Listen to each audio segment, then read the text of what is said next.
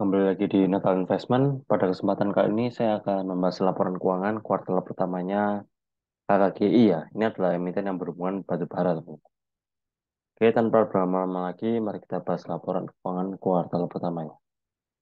Kasnya meningkat ya, cukup signifikan dari 369 miliar ke 889 miliar. Aset lancarnya juga naik dari 902 miliar ke 1,5 triliun. Total asetnya naik teman-teman dari 2 triliun ke 2,8 triliun.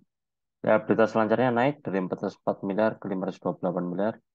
Total liabilitasnya naik ya dari 583 miliar ke 697 miliar. Total ekuitasnya di sini juga naik dari 1,5 triliun ke 2 triliun. Nah, di sini saya juga memprediksi berapa total ekuitas yang akan didapatkan oleh KKGI nanti menggunakan data peningkatan ekuitas dari kuartal pertama hingga kuartal 4 di tahun sebelumnya. Kalau kita lihat di sini, 2022 upset 16%, 2021 17%, dan 2020 0,8%. Jadi mayoritas itu upside-nya di sekitar 16-17%, teman-teman. Tapi di sini sih saya menggunakan angka yang cukup bisa dibilang lebih rendah daripada 2 tahun lalu, hanya 10% saja. Ini diprediksi sekitar 2,3 triliun ya, teman-teman, untuk total ekuitas di akhir tahun nanti. Kita masuk ke income statement-nya. Revenue-nya sendiri naik ya 114% dari 600 miliar ke 1,2 triliun. Gross profit-nya naik 85% dari 178 miliar ke 329 miliar. Operating income-nya naik ya 112% dari 141 miliar ke 301 miliar. Net income-nya naik 100% dari 97 miliar ke 211 miliar. Oke, saya juga memprediksi berapa net income yang didapatkan oleh KKGI di akhir tahun nanti, yaitu menggunakan data peningkatan net income dari kuartal pertama hingga kuartal 4 di tahun sebelumnya. Nah, kalau kita lihat di tahun 2022 ini upside-nya 470%, 2021 1072%, dan 2020 minus 100%. Bisa dibilang tidak konsisten ya, teman-teman. Apalagi kan ini juga saham siklikal, jadi eh, harga net income itu bisa ditentukan dengan momentumnya, apakah harga batubara itu tinggi atau tidak, harga gimana. Ya, makanya dari itu, saya menggunakan angka yang ya bisa dibilang cukup rendah lah daripada 2 tahun sebelumnya, hanya 300% saja. Sehingga prediksi net income yang didapatkan oleh KKG ini di sekitaran 844 miliar. Dan jika net income ini disetahunkan atau asumsi setiap kuartal net income-nya sama, yang 211 miliar ini, maka net income-nya menjadi 844 miliar. Sama, teman-teman. Oke, kita masuk ke cash flow-nya. Pelanggannya naik ya, teman-teman, dari 403 miliar ke 1,3 triliun. Dan kalau kita lihat di sini tidak jauh beda dari revenue-nya sendiri. Jadi bisa dipastikan mayoritas pendapatannya ini berasal dari pelanggan, teman-teman. Jadi bagus ya. Operasinya sendiri positif 284 miliar, naik ya daripada tahun sebelumnya cuma minus 8 miliar. Investasinya minus 38 miliar, indikasi bagus ya, lebih banyak untuk menambah aset tetapnya daripada menjual, teman-teman. Dan di financingnya sendiri minus 3,6 miliar. Menurun dari tahun lalu yang hanya minus 5,5 miliar.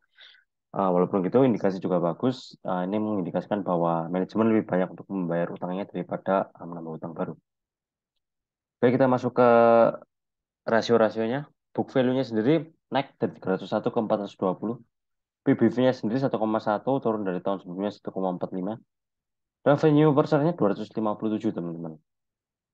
Untuk IPS-nya sendiri 42,2, dan kita lihat profitabilitasnya. Gross profit-nya 25%, operating profit 23%, dan net profit 16%. Kalau bisa dibilang dari gross profit itu ada, walaupun ada penurunan, tapi masih di angka 20%-an. Ini indikasi yang bagus, teman-teman. Berarti dari segi efisiensi, manajemen dapat mengelolanya. Mungkin berbeda ya dengan seperti PTB atau Adaro yang kemarin kita analisa itu.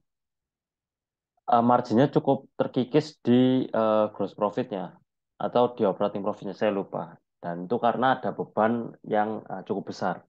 Tapi kalau kita lihat di sini dari KKGI sendiri tidak adanya penurunan yang signifikan. Ini menunjukkan bahwa manajemen itu konsisten dalam mengelola bebannya, teman-teman, dan efisien. Oke, bagus ya, teman-teman ini. Dari ROE-nya sendiri 10%, ini satu kuartal aja 10%, teman-teman. kita ibaratkan kali 4 aja ya. 4 kuartal itu 40%. Dan menurut saya ini bagus banget KKG. Dari segi ROE. ROA-nya juga 7,5% tinggi sekali. Kita lihat likuiditasnya. DAR-nya 0,3 teman-teman. Kecil ya. Jadi total ekuitasnya ini bisa di cover sama, total liabilitasnya ini bisa di cover sama ekuitasnya. Bahkan 3 kali. 3 kalian teman-teman. Jadi kemungkinan untuk pilot itu kecil sekali. Terus current ratio-nya 2,99. Ini total aset lancarnya ini bisa mengcover seluruh liabilitas lancarnya. Oke, bahkan 2 komaan lah, 2 kalian lah. Atau hampir 3, teman-teman. Hampir 3 kali dari liabilitas lancarnya bisa dilunasi sama aset lancar. Ya, indikasi yang baik juga, dan coba kita lihat di bottom line-nya cash ratio 1,7, teman-teman.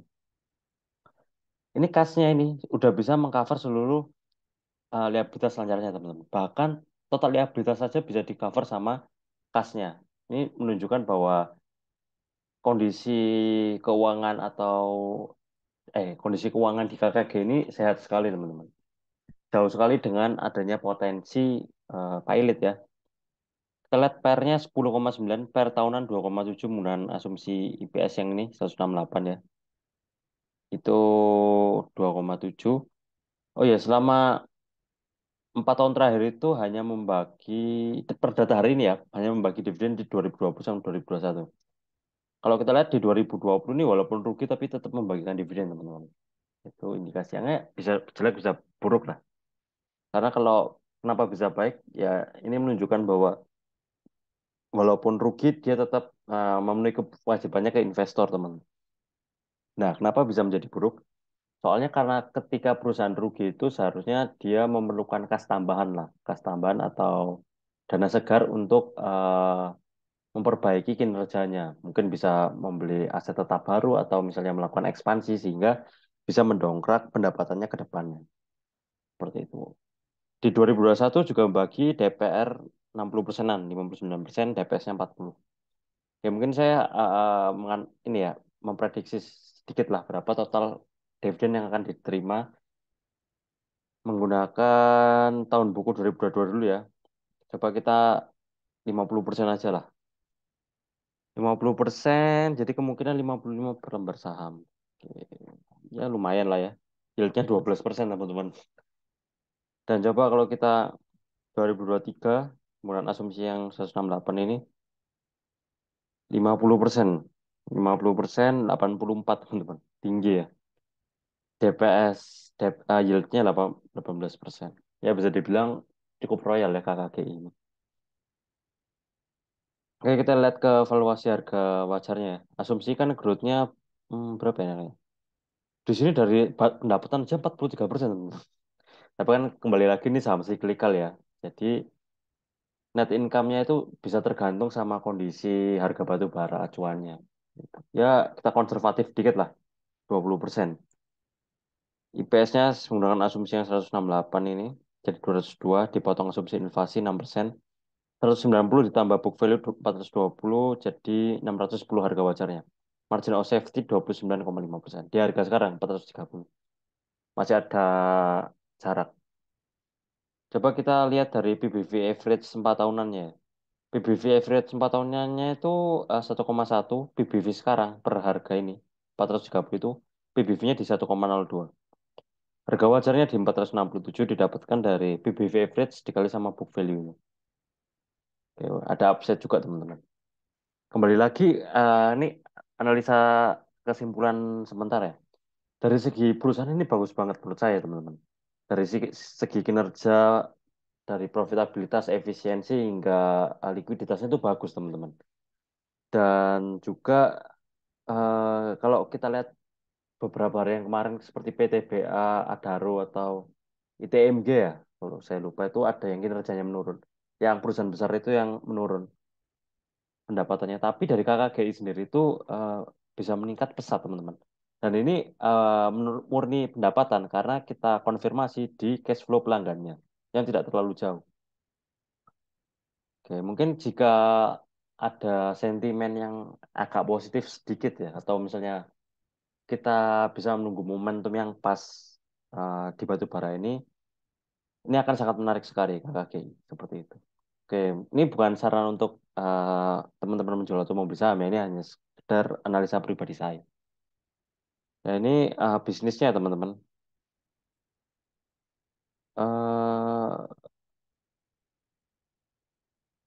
Ya ini 2022 tahun COVID kan, tahunnya batu bara.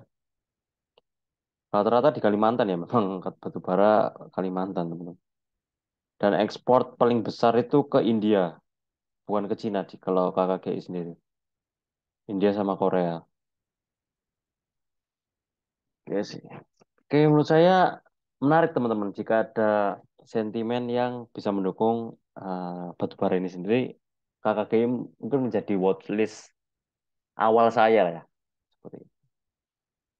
Oke, mungkin gitu aja. Jika teman-teman ada pendapat, kritik, dan saran, silakan tulis di comment section. Dan jika teman-teman ada emiten yang menurut teman-teman menarik itu, tulis saja comment section kalau sempat saya akan bahas. Dan jangan lupa untuk like, comment, dan subscribe. Terima kasih.